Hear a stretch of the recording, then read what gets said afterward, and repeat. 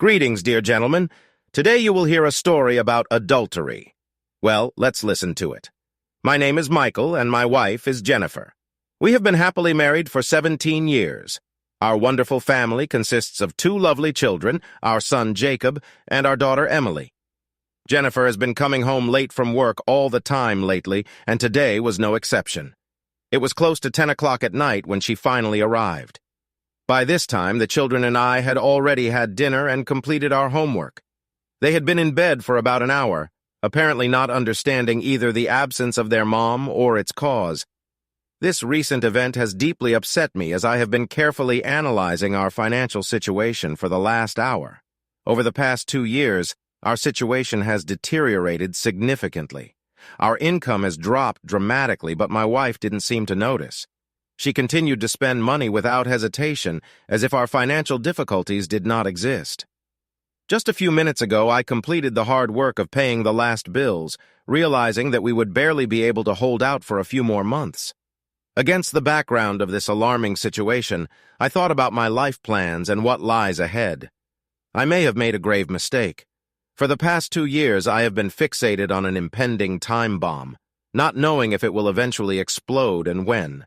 I always expected her to explode, but over the years, ballots began to overcome me. I could not determine how long she stood and silently watched me. Lately, I have been more and more immersed in my thoughts, and as a result, I have lost track of time.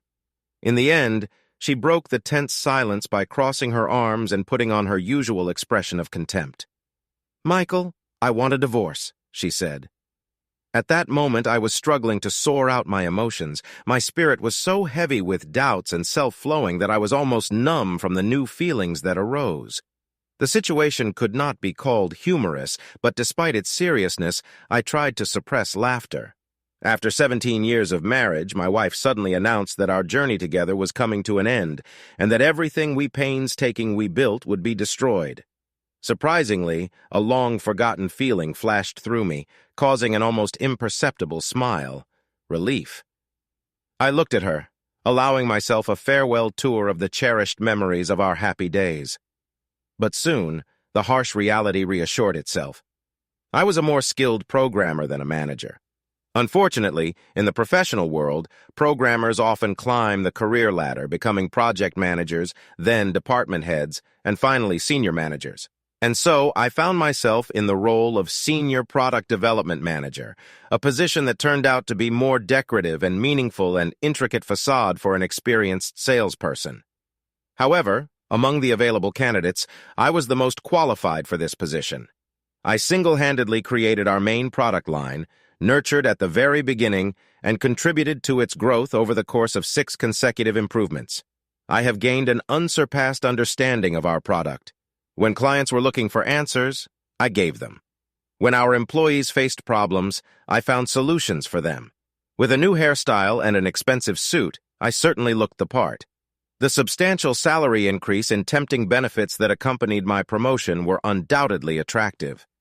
I can say that I'm happy with my work, but deep down, I long for the programming world that I once loved so passionately. Unfortunately, my current position did not leave me the opportunity to indulge in programming. Countless meetings and constant phone calls took up all my time, leaving no opportunity to dive back into the lines of code. I was forced to watch as a new wave of young programmers took the reins of power into their own hands, against the background of a group of young people striving to surpass each other with their novelties. I could not help but feel a sense of admiration and envy. Of course, being a boss is good, but deep down I dreamed of a different range of responsibilities.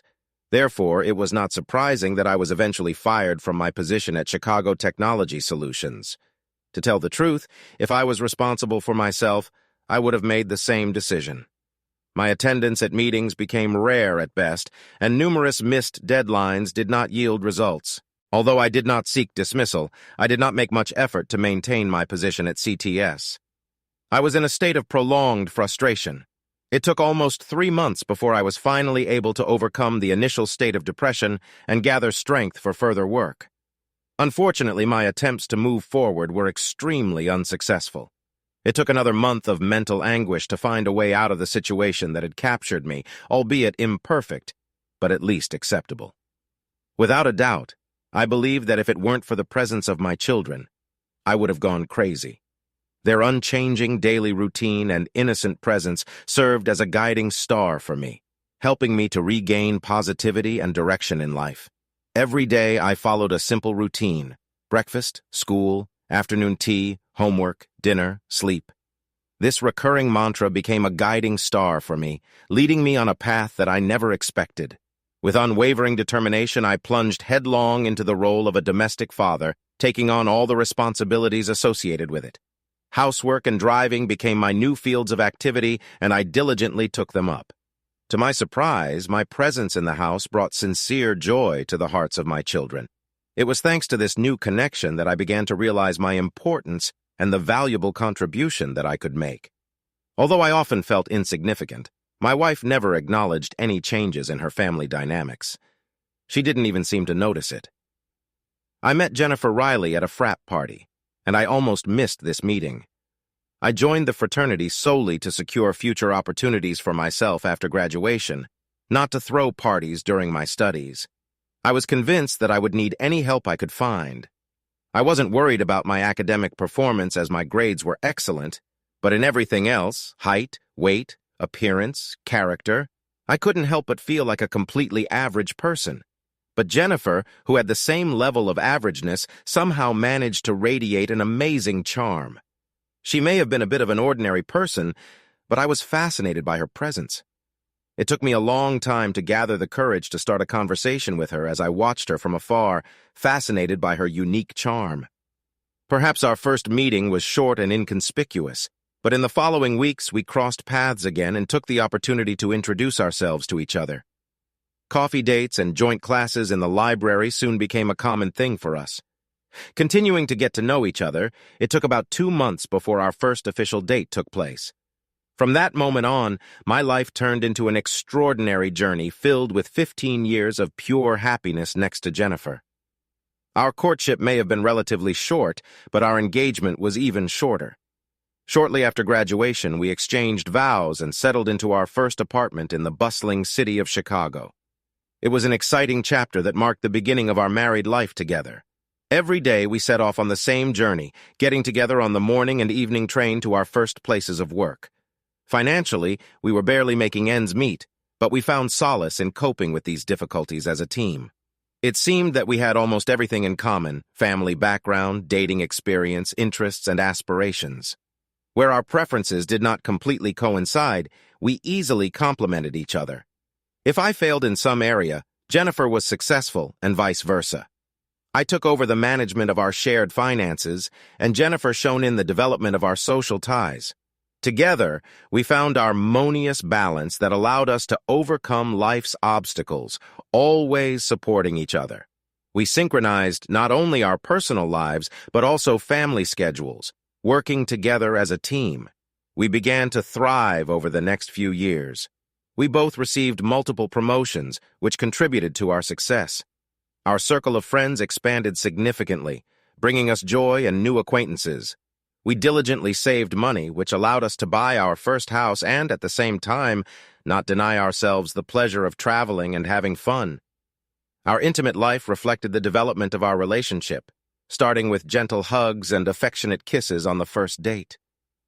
As our connection deepened, we searched for more passionate moments, eventually realizing our exclusivity. After 8 years of our life journey, Jennifer made the decision to quit her job when our beloved son Jacob appeared in our lives.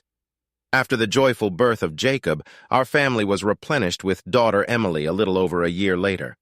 We made a significant move, buying a spacious 3-bedroom house in the suburbs, which allowed us to accommodate our growing family and even adopt a fluffy pet. Together with the new house, we purchased a family sedan and a minivan, ensuring comfortable movement for all of us. In many ways, our life ended a pleasant average rhythm: 2 children, a beloved pet, a cozy house, and 2 reliable cars.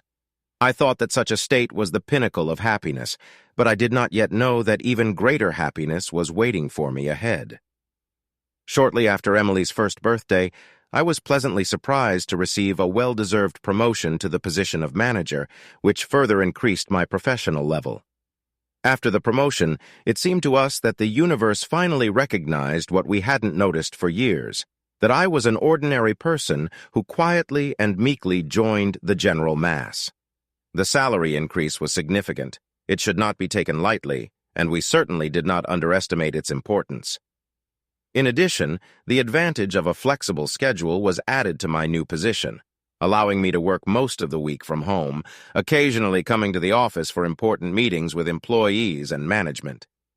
It is often said that money cannot buy happiness, and I fully agree with this opinion.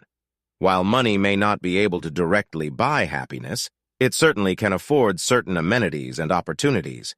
Thanks to increased financial stability, we were able to invest in stylish clothes and self-care, prioritize treatment, and purchase a new home in a more attractive area.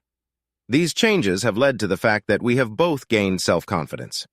I, who used to be considered average, now turned out to be slightly above average, and my wife, whom I always thought was beautiful, has turned into an incredibly attractive person. Our intimate life, which was already fulfilling, has reached new heights. In addition, our travels have become more enjoyable, and we have the freedom to spend time with our children while saving money for future retirement. When Emily started going to elementary school, Jennifer made the decision to return to work on a part-time basis, which brought a new dynamic to our lives. She quickly got a job at a startup marketing firm, which she believed she would like. Her daily routine was as follows. She drove the kids to school before going to the office and finished her day when it was time to pick them up. This routine was the perfect addition to our lives. Since her salary was not the main one, we could save. According to my calculations, by the time our children graduate from college, we will have saved enough money to retire and enjoy a comfortable life. Quite by chance, just 3 months before our 15th wedding anniversary, I stumbled upon the horrifying revelation of my wife's infidelity. Ironically, this discovery happened on my own birthday, although I didn't know about the evidence until 2 days later. It took me several weeks to connect all the dots and understand the truth. At first, I dismissed my wife's desire to take a more active part in work at the new place, believing that it meant she would work a few extra hours a week, and I would take on the responsibility of picking up the children from school. But these changes in our daily routine did not have a significant impact on my schedule, and I readily took on the responsibility of picking up the children without complaint. After about 3 months, I began to notice that my wife was becoming more and more anxious and distant. Worried, I asked her about it, and she explained that she was just trying to find herself at work and was experiencing some stress trying to lighten her burden. I decided to take on additional responsibilities around the house. Unfortunately, our once ardent, intimate life began to fade noticeably. We decided to talk openly about it, and she frankly said that she no longer felt the need to engage in intimacy with the fervor of a rabbit, citing her age. It was the first time I heard such frank words from her, but we made efforts to rectify the situation. After a little revival, our intimate life came to naught again, and I did not dare to touch on this topic for fear of provoking a quarrel. I was close to breaking down when an unexpected find forced me to face the truth. The weather got noticeably colder, and I started looking for my sweater.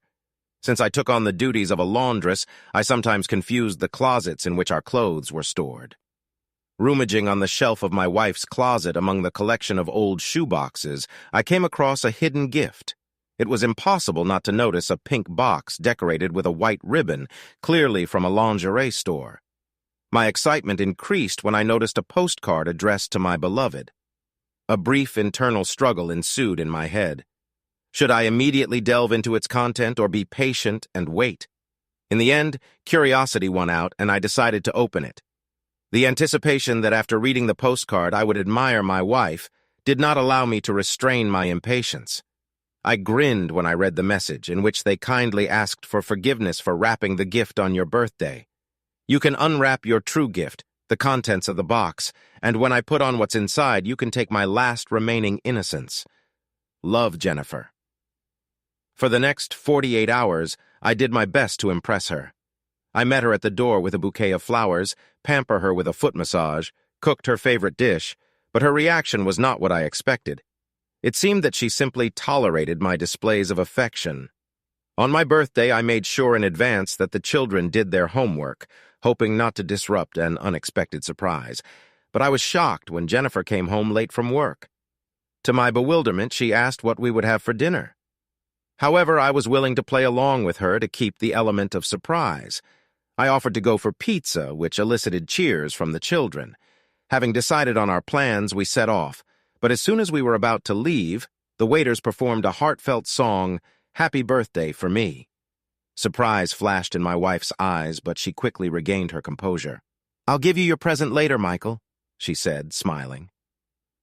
The drive home was filled with tension, and I narrowly avoided an accident. The 15 minutes waiting for the children to get ready for bed seemed excruciatingly long to me. The next 15 minutes of waiting for them to fall asleep were no less excruciating. Fortunately, Jennifer returned from an urgent trip to the store for milk shortly after they fell asleep. When I got to the bedroom door, I noticed that Jennifer was not in the room. I lay down on the bed and waited. After a while, she came out of the bathroom, dressed in a long flannel nightgown without makeup, with her hair in a ponytail. By this point, I was already beginning to feel a slight disappointment from the picture that was happening. "When will I finally get my gift?" I asked. She joined me in bed, slipped under the covers, and reached out to turn off the lamp in the bedroom. "Oh, I almost forgot," she said. She opened the drawer of the bedside table and took out a small, square box wrapped in bright wrapping paper with colorful balloons, which we used at our son's previous birthday. Handing it to me, she said, "Happy birthday, dear." With these words, she rolled over on her back, turned off the lamp, and fell asleep. I was too stunned to even open her gift. The next day, my depression flared up with renewed vigor. I kept replaying the events of the past day in my head, trying to figure out what I had done that cast a shadow on our evening. I was completely at a loss. For almost 2 weeks, I fell into despair. This cursed gift seemed to mock me, its bright pink hue almost blinking, serving as a vivid reminder of my failure. I've heard all these cliches before. The husband is always the last to know. Ignorance is bliss. And to be honest, I really was in the dark. The idea that Jennifer might be unfaithful was so alien to me that it didn't even occur to me. But when she called home 13 days after my birthday, informing me of her late arrival in connection with Alan's 30th birthday, this was the first thought that struck me. And the employees arrange a holiday for him. "Maybe I'll come quite late," she said. I don't remember answering her or even going to the closet in the bedroom, but I remember looking at the empty place where my gift once lay. The excruciating pain in my chest and the subsequent vomiting attack in the bathroom are also vividly imprinted in my memory. For some time, which I would not like to remember, I was visited by the thought that I had had a heart attack, and for a fleeting moment, I even wished that it was true, longing for the possibility of my imminent demise. Alan Henderson, Jennifer's boss, was a deceitful and clever advertising manager who turned out to be several years younger than both Jennifer and me. I have encountered him only once, and I remember that I felt a strong dislike for him, primarily because of his incessance and sincerity in conversation. It was Emily who brought me back to reality. "Are you okay?" "Dad?" Her worried voice broke through the fog in my mind, and it took me a few moments to focus on her tear-stained face looming over me. "I'm fine, honey," I reassure her, forcing a weak smile. "Dad just ate something that his stomach didn't like. I'll be out in a minute." In the end, I managed to escape from the confinement of the bathroom. Although much of what happened after that remained in my memory, I only remember that I reached for my forgotten bottle of whiskey, the dust, the appearance of which testified to my intention. Judging by the headache that overtook me the next morning, I realized that I had drunk several glasses in a desperate attempt to numb the pain. I didn't know when Jennifer came home, but when I came across her in the kitchen, feeding our children with apparent normality, it destroyed all the remaining fragments of love that I kept in myself. Only a faint tremor that flashed across her face when she sat down to eat extinguished all the remaining affection in me. It was an incredibly subtle shift, barely perceptible, but it was undoubtedly present.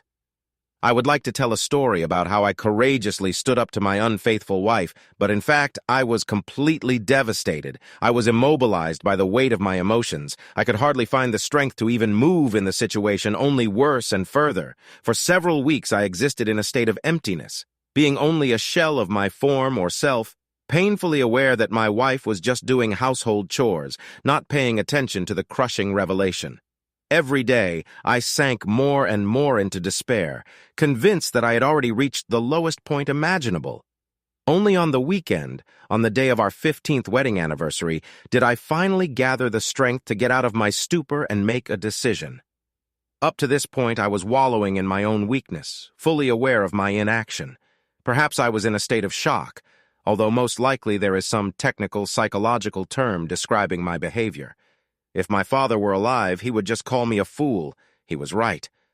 The fog of confusion in my mind finally dissipated when my wife told me about her plans for the upcoming trip to a work conference. It dawned on me that she would be absent on our anniversary. I couldn't understand why this fact mattered so much to me, but it just added another layer of disrespect to us. But the pain was especially acute from the fact that she did not show any recognition of the significance of this date. When I drowned my grief and fell asleep on the night of our anniversary, when I woke up, anger rose in me. I had reached my limit. I hurriedly contacted a lawyer and made an appointment. I was determined to put an end to this pretense. I firmly believed that my life couldn't get any worse. Few people knew that I was wrong. The fierce determination with which I entered the lawyer's office was quickly replaced by a destructive feeling of disbelief. I was well aware that divorce can be a difficult process, but reality hit me like a brick. At first, I thought that my wife's infidelity would play in my favor, but to my horror, my lawyer systematically ruined my case. I had no concrete evidence of her infidelity, and even if there were, it would not have had a significant impact on the outcome of the case. By law, our property had to be divided equally, and I had no advantages. Moreover, I had no reason to prove that my wife was not suitable as a parent, so joint custody seemed to be the best option. The difference in income tipped the scales even more in her favor since I had to pay both spousal maintenance and child support. It was becoming more and more likely that my wife would be entitled to primary custody. Besides, she probably would have had the right to stay in the house for the sake of her children. It was a bitter pill when I realized that my wife was cheating on me and I was pretending to be a fool. My emotions changed from deep sadness to complete despair. A few weeks later, my unfaithful spouse even had the audacity to ask about my well-being. "You don't look well, Michael. Is something bothering you?" "What is it?" she asked, feigning concern. Meanwhile, I just drifted along with the flow of life, feeling lost and empty. And then, suddenly, the news came about my dismissal from work. I didn't know yet that this would turn out to be the best thing that happened in my life. It was a glimmer of hope that came when I came across the evening news. As I sat immersed in a sea of grim news that seemed to reflect my own despondency, a glimmer of another version appeared among the stories of hopelessness. One headline caught my attention: a well-known company from the East Coast filed for bankruptcy. Former employees were now forced to struggle with the unknown regarding their latest salaries and the fate of pensions. Strangely, this message aroused a feeling of empathy in me. It dawned on me that there are people who may find themselves in an even more difficult situation than me. But when the news anchor returned to the screen, a sobering analysis followed. While employees are likely to win a lawsuit against their bankrupt employer, it doesn't really matter in the end. The harsh reality was that they had nothing left. All the funds disappeared and the employees were in a state of financial collapse. It didn't take much effort to put all the fragments together and develop an elementary plan. If there was nothing to take, then the life could not claim anything. We would be left with nothing, which means we would not share anything. Of course, this meant that I was sabotaging myself, but considering that I was already doomed to lose half of everything, then is it really important for me to have the rest? My initial plan was simple enough. Since I was currently unemployed, I decided not to look for a job. Instead, I decided to squander all our savings until there was nothing left. Admittedly, it was a somewhat reckless idea, and even I doubted its feasibility. Nevertheless, it gave me a sense of purpose, something to grasp in the conditions of chaos. 2 years doesn't seem like an eternity, but the days seemed painfully monotonous, especially when I was alone most of the time. It became obvious that Jennifer was the lifeblood of our circle of friends. As she moved away from me, I realized the lack of truly deep and meaningful connections. The fact that I was an only child made my loneliness even worse. I found myself in a state of deep loneliness, having prematurely lost both parents, my father from a heart attack and my mother from cancer. With their absence, I was left completely alone in this world. Although a detailed account of how I lived is likely to be tedious, I can briefly describe these 2 years as nothing short of horror. In the midst of this devastation, my children have become the only source of light in my life.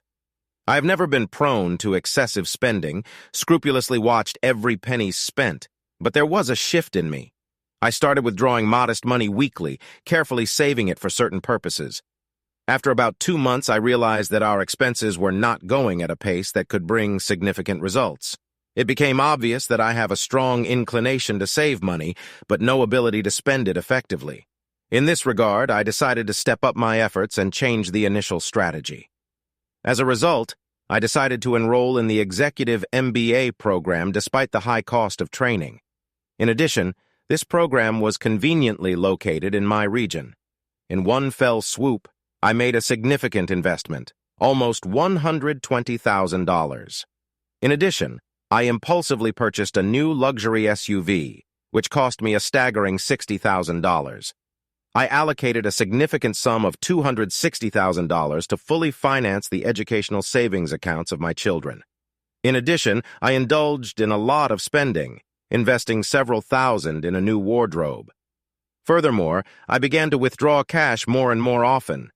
Twice a week, I took the kids to school, went to the bank, and drove by the lake. Although I've never really gambled, I saved a small amount of money from time to time to entertain myself. I spent enough to create the illusion of a day spent at the casino with receipts for lunch, snacks, and parking. Most of my funds were stored in a secure wall safe located in our garage. It served as my personal reserve, designed to protect me in case of disputes related to divorce. Another significant item of expenditure was the establishment of permanent private surveillance of my wife and her lover. I spared no expense, requesting exhaustive documentation, including videos, photographs, and a daily log of their actions. I'm ashamed to admit how much this event cost me. You're probably wondering if my wife noticed my unusual spending. I would say yes, except for the money spent on gambling, which went unnoticed. I had to tell my wife about the transfer of funds to her children since her signature was required on the custody accounts. She must have noticed the new car and wardrobe, but she never mentioned them. I'm sure she thought I was working conscientiously and that we were still living a comfortable lifestyle. It is interesting that she herself made some purchases about which I was silent. I have often wondered who benefits from her frequent underwear purchases, but this topic has never been raised. Despite our cordial communication and daily exchange of opinions, it seemed that we just tolerated each other like roommates who have a mutual dislike. The time spent with my children was truly priceless. It became the main event of my life. It was a priority for me to encourage and support their various interests. We solved homework together, played exciting games, and our adventures included visits to parks, exciting bike rides, and trips to the cinema. Since I took on the role of a home cook, they helped me with great interest. To keep them enthusiastic, I discovered some simple recipes and allowed them to actively participate in the cooking process. Jennifer sometimes attended her family holidays, although I did not make any purposeful efforts to attract her to participate in them. If she decided to take part, she just did it without my participation.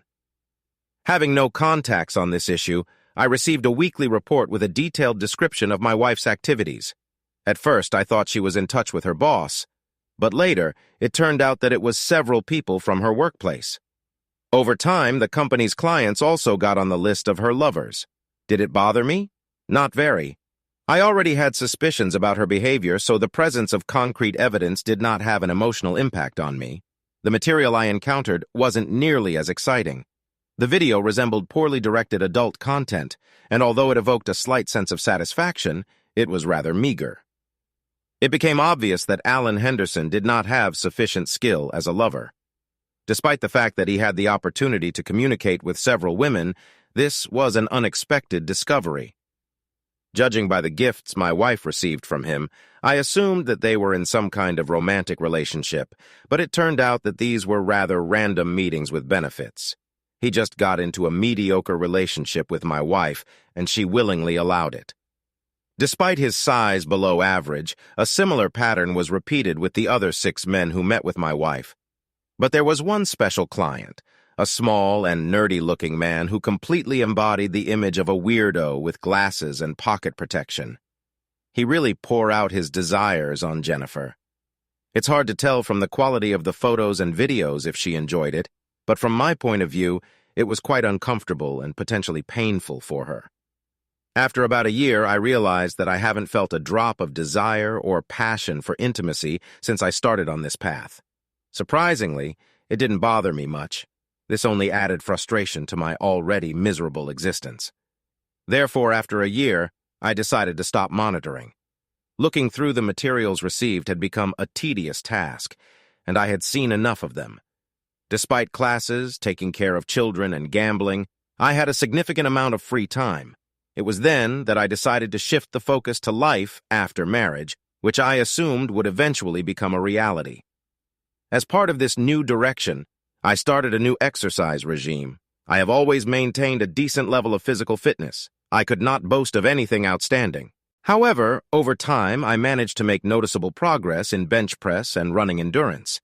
I believe that the presence of massive muscles and an attractive appearance are largely determined by genetics, and unfortunately, I did not belong to either category. But nevertheless, I was personally pleased with my appearance. Anticipating the need for employment in the future, I began to study the latest achievements in my former industry. It became obvious that a 1-year break from work had thrown me even further than I had initially thought. Therefore, I began to devote several hours a day to familiarizing myself with the latest advances in technology. I devoted a significant part of my time to studying software systems, paying special attention to my former company, CTS. It became obvious that they were experiencing a lack of progress. Despite the fact that they managed to maintain their market share and stable incomes, they did not achieve success in the technology industry. It became clear to me that in an ever-evolving field, standing still means moving backward. In addition, I devoted a significant part of my time to studying divorces. Although I allowed myself to develop vindictive plans for my future acts at some moments, the bulk of my efforts were focused on studying the impact of divorce on children. I've already made significant progress in dealing with my own pain, and the presence of my children has played a crucial role in this healing process. It was important for me to be fully prepared for the upcoming process of their transition. But I found that there is a huge amount of information, most of which, in my opinion, is irrelevant or misleading. As my adventure continued, after about 8 months, panic set in. My wife began to stick to a regular schedule, coming home at the usual time and even engaging in conversations with me, asking about how the day went. Naturally, I answered abruptly, but she wouldn't let up. To my surprise, she began to dress more provocatively in bed, apparently trying to revive the intimacy lost in her former life. But a few weeks passed, and the situation changed for the worse.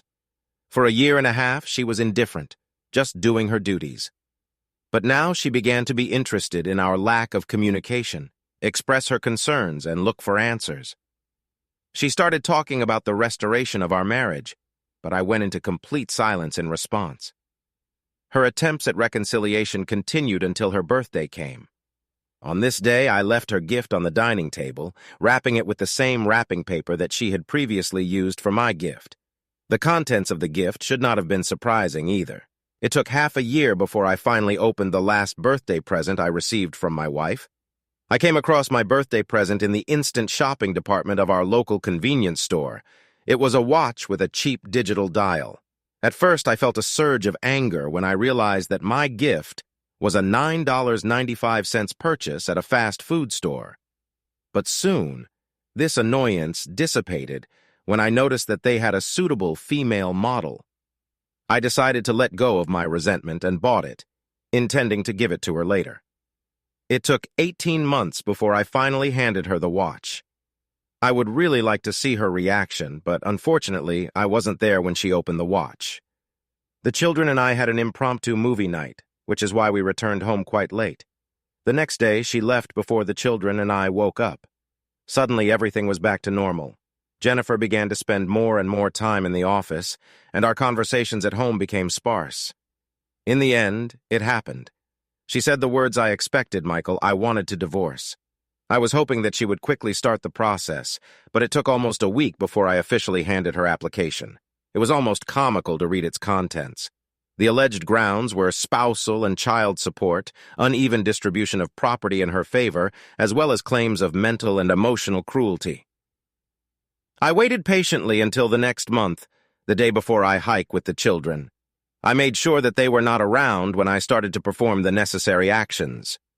After 6 days of outdoor recreation and recuperation, we returned home and found Jennifer waiting for us in the living room. She was sitting alone and looked unwell, probably had a stomach virus. As I watched her, I wondered which aspect of the situation caught her off guard the most. She didn't know yet that I had filed a counter-application for divorce, stating adultery as the basis and demanding ownership of the house, the only remaining significant property and full custody of the children. I demanded payment of spousal and child support, taking into account my unemployment and the fact that for the last 2 years, the care of our children has been solely on me. In addition, I took the controversial step of filing attachment alienation lawsuits against Jennifer's 7 love partners. Although I had no illusions about winning any of these cases, I knew that the legislation of the state of Illinois allows such actions, and therefore approached the situation with all determination. Similarly, I filed civil lawsuits against Jennifer's employer and companies associated with 3 clients who engaged in illegal relationships with my wife. And again, I didn't have high hopes of winning these court battles. Still, negative publicity could do me good. As a strategic move, I decided to send Jennifer's parents and her best friend a DVD with her best scenes. It should have made it clear that I wasn't afraid to use it as evidence against her. It was extremely important for her to know about the evidence I had, which was already mentioned in the counterclaim, but I didn't want to leave anything to chance. When the children had a snack and went to their rooms to get ready for bed, they did not seem to pay any attention to their mother. In turn, she did not make any attempts to communicate with them. I went to the refrigerator to get a beer and then settled in the living room on a chair opposite Jennifer. She didn't look me in the eye for quite a while, and I just focused on enjoying the drink. Not only did she look unwell, but she was crying, perhaps out of resentment. In the end, she plucked up the courage and spoke in a barely audible voice. "It will ruin me." I waited patiently for her to meet my gaze, wanting to see her reaction to my answer. A few moments passed, but when her eyes finally met mine, I couldn't help but think, God, I hope so. Although I expected this moment to be more pleasant, but one tear that appeared in her eyes left me indifferent. When a tear escaped and flowed down her cheek, I couldn't help feeling detached. "Do you hate me that much?" Jennifer asked, her voice full of determination. I took a pause to collect my thoughts and answered, "No, Jennifer, I don't hate you. Hate takes effort. To be honest, I didn't put any effort into you at all. All my attention and energy are focused exclusively on taking care of myself and her children." She tried to intervene, but I quickly interrupted her, not wanting to let her tarnish the honest reputation of a good spouse. "That's enough. I will not allow a worthless person like you to defame my wife's good name. She was a loving and compassionate woman, my closest confidant and life partner, and most importantly, a devoted mother of our children. She died. You were the person who replaced her, but I see you only a dissolute person who has taken over her body. Don't even try to talk to me as if there is some kind of connection between us." There was a long silence before she spoke again, and there was desperation in her voice. What should I do now? I thought for a moment before answering, "Is this a rhetorical question, or do you really want to hear my advice?" Without giving her a chance to answer, I continued, "I believe that there are several ways out of this situation. One of the options may be moving to another place. You can try to start from scratch and start a new life somewhere else. If I were you, I would make that choice. But I'll make a reservation right away that I will never allow my children to spend a lot of time with you. Therefore, your decision to leave should not depend on their presence. Alternatively, you can try to survive and stay in this city, trying to preserve your dignity. But there is always a risk that your trick will become public, or there will be difficulties with employment. Perhaps you would find solace in relationship with a man who does not pay attention to your dissolute nature. But what kind of despicable person is this? Another option is to wallow in self-pity. But I sincerely hope that you will not choose this path." It would deprive me of the pleasure of watching you suffer, which is inherent in such a vile person as you are. However, I'm not entirely sure that my opinion has any meaning for such a stupid person like you. It certainly didn't matter to you at all when you made the reckless decision to enter into a relationship with your boss. I've been imagining this speech for months, looking forward to the opportunity to express my pent-up emotions. I should have felt a sense of happiness when I finally had the opportunity, but as I watched each word shatter what little was left of her spirit, I hoped to find at least some semblance of satisfaction. Instead, I felt empty and empty. After the divorce, life became complicated. Surprisingly, my lawsuits have brought much more results than I expected. The amount of the settlement agreement received from 3 companies whose employees entered into a relationship with my ex-wife amounted to just over $1 million. This was a pleasant surprise, considering that my lawyer warned me against significant results during the analysis after the game. Apparently, after the lawyer became convinced of how effectively he was conducting legal proceedings against my ex-wife's company, these companies wanted to avoid the negative impact of publicity and quickly resolve the issues that arose. As a result of a long process of investigation, filing petitions, testifying, and strategic leaks of information to the press, we managed to liquidate my ex-wife's company. At the same time, I started my own covert operation, discreetly sending emails to the heads of the companies that remained revealing information about my wife, her boss, and their illegal connections. I wondered if these customers really wanted to maintain a relationship with a company that would inevitably face serious consequences over time. As the scandal unfolded, their incomes gradually declined, and employees who wanted to distance themselves from the scandal decided to quit, further contributing to the fall of the company. As a result, they declared bankruptcy. Alan Henderson was fired and left the city bearing the weight of shame. Although the check I received was only $200,000, it brought me more satisfaction than my previous victories. My pursuit of claims for abandonment of love relationships did not bring any results, as I did not expect. Nevertheless, for wives managed to get financial payments from their husbands, which led to subsequent divorces, although their consequences were far from the most glamorous. In addition, throughout this story, I unwittingly harmed myself by regularly encountering people who were familiar with my experiences. For some time, the bullying and ridicule reached an uncontrollable level. Whether it was luck or misfortune, it didn't affect me much. Already burdened with a sense of failure, someone's statements did not have much influence. Surprisingly, some of the taunts turned out to be quite clever. For me, it has always been the main thing to protect children from collateral damage, and I have largely succeeded. Although they experienced temporary distress, they quickly recovered.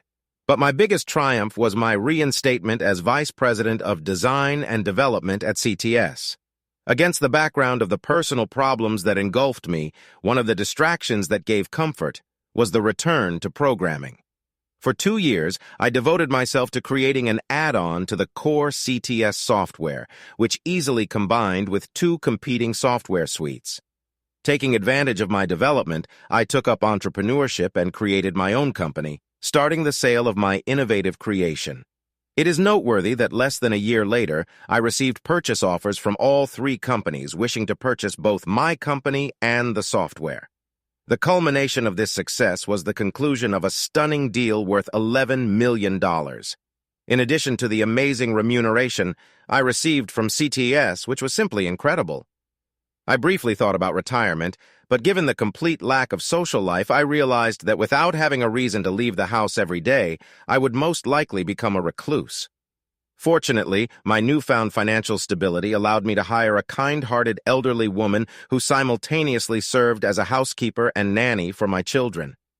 Over time, our relationship began to grow stronger, and a year later, Mrs. Maren Jensen became a permanent member of our family, living in an apartment located above the garage in our new house. She personified the role of a grandmother for my children, radiating warmth and kindness, but showing firmness when necessary. But her invaluable advice stood out, especially having a rich life experience.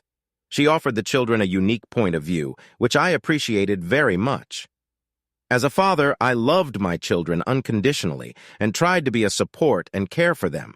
But I couldn't deny the scars, cynicism, and rigidity that had formed inside me. In moments of decision-making, she became my reliable, confident, and advisor, giving guidance and wisdom. Over the years, the children turned into adults, and I treasure the opportunity to meet them in their families from time to time. Unfortunately, over the years, our once close bond has begun to weaken. I didn't hold a grudge against them for this change. It was clear that I needed to keep my bitterness in a distance so that it would not overshadow their lives. Mrs. Jensen stayed on my staff until the kids left for college, after which she retired. As a token of gratitude, I offered her a pension in the form of free accommodation and meals. For 15 years, she has always been present in my life. Throughout our communication, she tirelessly convinced me that I need to rediscover the joy of life and find a person with whom I can share my life. I sincerely appreciated her efforts, but in the end, she passed away with the realization that I would be alone forever. After the experience, it was very difficult for me to open up to anyone again. My friendships became superficial and did not bring true satisfaction. I rarely went to dating pages, except for a few group outings organized by random acquaintances.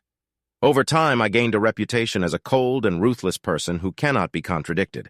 It's clear that most people preferred to stay away from me, and I didn't hold a grudge against them. I understood that this isolation was a consequence of my own actions and choices. I carefully made sure that my intimate needs were met, and with the growth of my well-being, I was able to maintain a constant shift of girls, generously paying for their time and physical communication.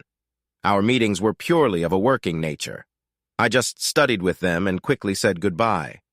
But there was one person among them, Candy, or rather Mary Beth, as I learned her real name. She was a passionate and willing partner, and it seemed that our connection went beyond the customer-supplier relationship. It turned out that I also occupied an important place in her life. Jennifer's life took a difficult turn, despite the fact that I didn't understand why she persisted in trying to contact me for almost a year. I wondered if she was hoping for reconciliation, or at least for a connection with our children. Perhaps I made it clear to her that this was impossible. Trying to keep an eye on her, I set up surveillance when she tried to stay in Chicago. In addition, I made sure that her employment record always came up when she applied for a job. As soon as Jennifer started dating again, and it happened apparently pretty quickly, I took it upon myself to send potential partners parcels with information about the woman they invite into their lives.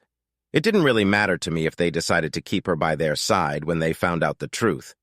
The main thing that bothered me was that she couldn't just brush off the past and reshape history by ignoring it. After all, I had to deal with the consequences of our history every day, so it would be fair if she had to deal with it too. Unfortunately, one of her potential suitors tried to criticize me for torturing my ex-wife. One night, having plucked up the courage, he appeared on the threshold of my house and forcefully pushed me, causing me to stumble and fall while opening the front door. This turned out to be a serious mistake on his part. As a result of the collision, I was left with a noticeable black eye. He pleaded guilty to assault and trespassing, receiving a suspended sentence as a first-time offender. After the incident, Jennifer did not try to contact me again. A year later, I stopped watching her when she got a steady job cleaning rooms at a remote road hotel located about 700 miles away in the secluded wilderness of Virginia. The next meeting with her took place 16 years later, unexpectedly at my daughter's wedding. Although the children talked to her, they never talked to me about their mother. It was at my daughter's wedding that I was shocked by her physical and emotional state. As it turned out, she managed to get married again, but her life got better for not long. On her wedding day, she suffered a grievous loss. Her husband, an extreme person, planned a joint parachute jump on the wedding day. Jennifer agreed to such an extreme act, but during the jump, something went wrong and her husband died, and Jennifer herself ended up in a wheelchair. In addition, she gained a lot of weight, at least 20 kilograms. She had deep wrinkles around her lips and other signs of smoking. In general, she looked elderly and haggard, but behind everything else, I still saw the woman I had put my heart into. I didn't feel anything for her, but I saw her. After the ceremony, I walked up to her and stared at her intently for a few moments. When I looked at her and met her eyes, I felt a deep sadness in her gaze. By the way, she ruined my life, and now I'm not happy myself.